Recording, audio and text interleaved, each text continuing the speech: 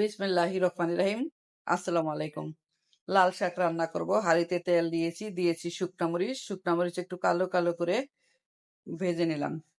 By the way, আমি মাহমুদা খানম, মাহমুদা ডাইন থেকে সবাইকে স্বাগতম। এ পর্যায়ে দিয়ে দিচ্ছি কাঁচা মরিচ, রসুন, পেঁয়াজ আর দিয়ে দিচ্ছি পেঁয়াজ কলি।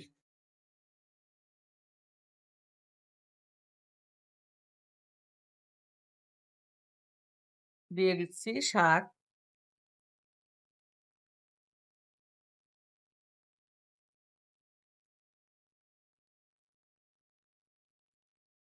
শাকগুলো সব একসাথে দিয়ে ভালোভাবে নেড়ে চেড়ে ভাজি করে নিব। শাকগুলো সব দিয়ে দিলাম, দিয়ে দিচ্ছি স্বাদ মতো লবণ। নেড়ে চেড়ে ঢাকনা দিয়ে ঢেকে দিবে।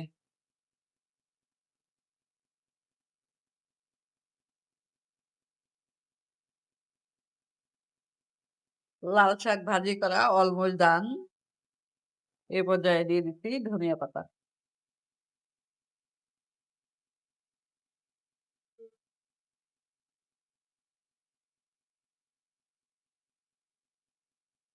শাক রান্না হয়ে গিয়েছে, ওই হাঁড়িতেই আবার আমি মাছ রান্না করছি। দিয়ে দিচ্ছি পেঁয়াজ কলি।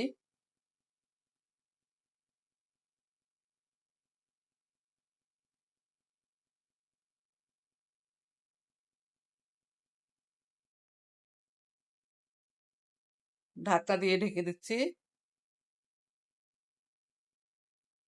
পেঁয়াজ কলি দেওয়ার পরে কিছুক্ষণ রান্না করলাম। দিয়ে দিচ্ছি কাঁচামরিচ।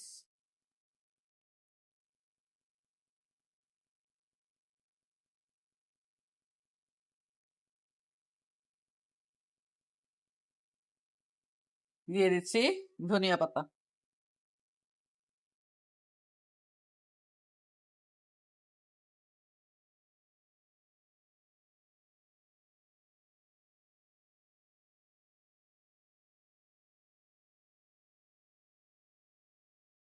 ধনিয়া পাতা দেওয়ার পর ঢাকনা দিয়ে ঢেকে 1 মিনিট রান্না করলাম।